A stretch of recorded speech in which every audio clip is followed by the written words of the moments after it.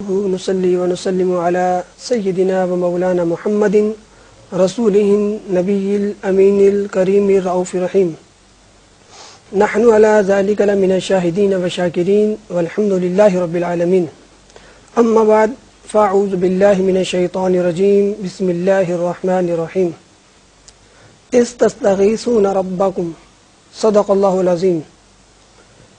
محبوب سبحانی پروگرام کے ساتھ آپ کا میزبان محمد راشد القادری حاضر خدمت ہے. الحمدللہ یہ مہینہ ربیع ثانی کا چل رہا ہے اور اس کو اہل محبت ربیع الغوث بھی کہتے ہیں. شروع میں چند تمہیدی کلمات عرض کروں گا تاکہ ہمیں موضوع کو سمجھنے میں آسانی ہو، چونکہ آج کا موضوع ہے مقام غوثیت، اور غوثیت کو سمجھنے کے لیے لفظ غوث کو بیسیکلی طور پہ جاننا یہ ضروری ہے.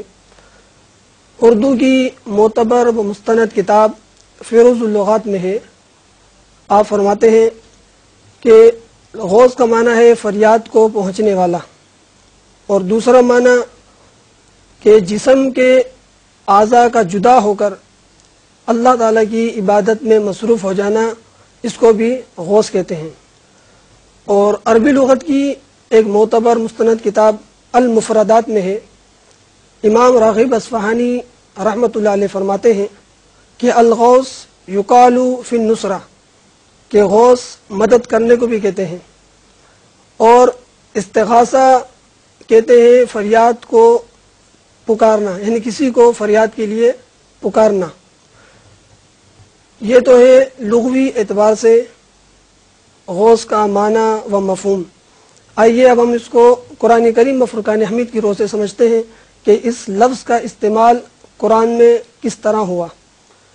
سورہ انفال 90 پارے میں ہے استستغیثون ربکم، کہ جب تم اپنے رب سے فریاد کر رہے تھے. جنگ بدر کا واقعہ ہے کہ صحابہ کرام علیہم رضوان رب تعالیٰ سے فریاد کر رہے تھے، تو لفظ استغاثہ اس آیت میں استعمال ہوا. اور 20ویں پارے میں سورہ قصص ہے، اس کے اندر آیت ہے فاستغاثہ الذی من شیعتہ علی الذی من عدوہ، جس کا ترجمہ یہ ہے کہ موسیٰ علیہ السلام کی قوم میں سے ایک شخص نے موسیٰ علیہ السلام سے مدد طلب کی اپنے دشمن کے مقابلے میں. تو ان دونوں آیتوں میں استغاثہ کا لفظ استعمال ہوا کسی کو مدد کے لیے پکارنا اور مدد کے لیے بلانے کے لیے. تو غوث کہتے ہیں فریاد کو پہنچنے والا یا جس سے مدد طلب کی جائے. آئیے اس کو ہم اب قرآن کریم و فرقان حمید کی روح سے مزید ڈیٹیل میں سمجھنے سے پہلے یہ جانتے ہیں کہ اولیاء کے چند درجات، یعنی ان کے طبقات ہوتے ہیں. جیسا کہ بزرگان دین نے اپنی کتب میں طبقات الاولیاء میں نقل فرمایا کہ اولیاء کا ایک طبقہ ہے نقبا، ایک ہے نجبا، ایک ہے عمدہ، کچھ ہوتے ہیں اخیار، پھر ابدال، اوتاد، اقطاب، پھر کتب اور غوث. یہ اولیاء کے طبقات ہیں. اب ان طبقات کو جاننے کے بعد دیکھتے ہیں کہ ولی جو اللہ تعالیٰ کا دوست ہوتا ہے، اللہ تعالیٰ نے اپنے دوستوں کے مقام کو قرآن کریم میں کس طرح بیان فرمایا. سورہ نمل 19 پارے میں ہے. سلیمان علیہ السلام کا واقعہ بہت زیادہ مشہور ہے کہ آپ نے اپنی مجلس میں ایک مرتبہ تخت بلقیس کو منگوانے کے لیے ارشاد فرمایا ایکم یاتینی بعرشہا، کہ تم میں کون ہے جو اس تخت کو ملکہ بلقیس کے پہنچنے سے پہلے یہاں پہ پہنچا دے. تو ایک زکوان نامی جن تھا جو آپ کے دربار میں حاضر تھا، وہ کھڑا ہوا، اور کھڑے ہونے کے بعد اس نے عرض کی کہ انا آتی کبھی قبل ان تقوم من مقامک، کہ میں اس تخت کو آپ کی مجلس برخاست ہونے سے پہلے لا سکتا ہوں. سلیمان علیہ السلام نے اپنی مجلس کی طرف نظر دوڑائی، چونکہ آپ جانتے تھے کہ کچھ ایسے بھی ہیں میرے دربار میں جو اس سے جلد وہ تخت لا سکتے ہیں. جب آپ نے اپنی مجلس پر نظر دوڑائی تو ایک آصف بن برقیہ نام کے ولی وہ کھڑے ہوئے اور عرض گزار ہوئے کہ حضور انا آتی کا بھی قبل ان یرتد الیک طرفک، کہ میں اس تخت کو پلک جھپکنے سے پہلے حاضر کر سکتا ہوں۔ یہ کہنے کے بعد سلیمان علیہ السلام نے دیکھا فلما رآہ مستقرا عندہ، کہ جب آپ نے پلک جھپک کر دیکھا تو وہ تخت دربار میں موجود تھا۔ یہ ایک واضح اور بڑی کرامت دیکھ کر سلیمان علیہ السلام نے فرمایا ھذا من فضل ربی، یہ میرے رب کا فضل ہے۔ اب یہ آیت مبارکہ ہمارے گھروں میں بعض لوگ اپنی فیکٹریوں میں، دکانوں کے باہر، کارخانوں کے باہر اور اپنی حویلیوں اور محلات کے باہر اس آیت کو لکھواتے ہیں۔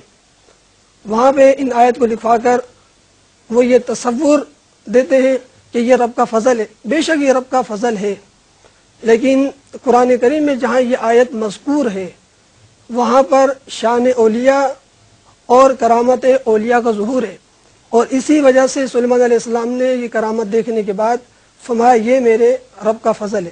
جانے اب اسی بات کو مزید ڈیٹیل میں جا کے سمجھنے کے لیے علامہ نیشا پوری رحمۃ اللہ علیہ کی تفسیر سے ہم سنتے ہیں کہ آپ فرماتے ہیں کہ سلیمان علیہ السلام اس وقت بیت المقدس یعنی ملک شام میں تھے، اور تخت بلقیس یہ یمن میں تھا۔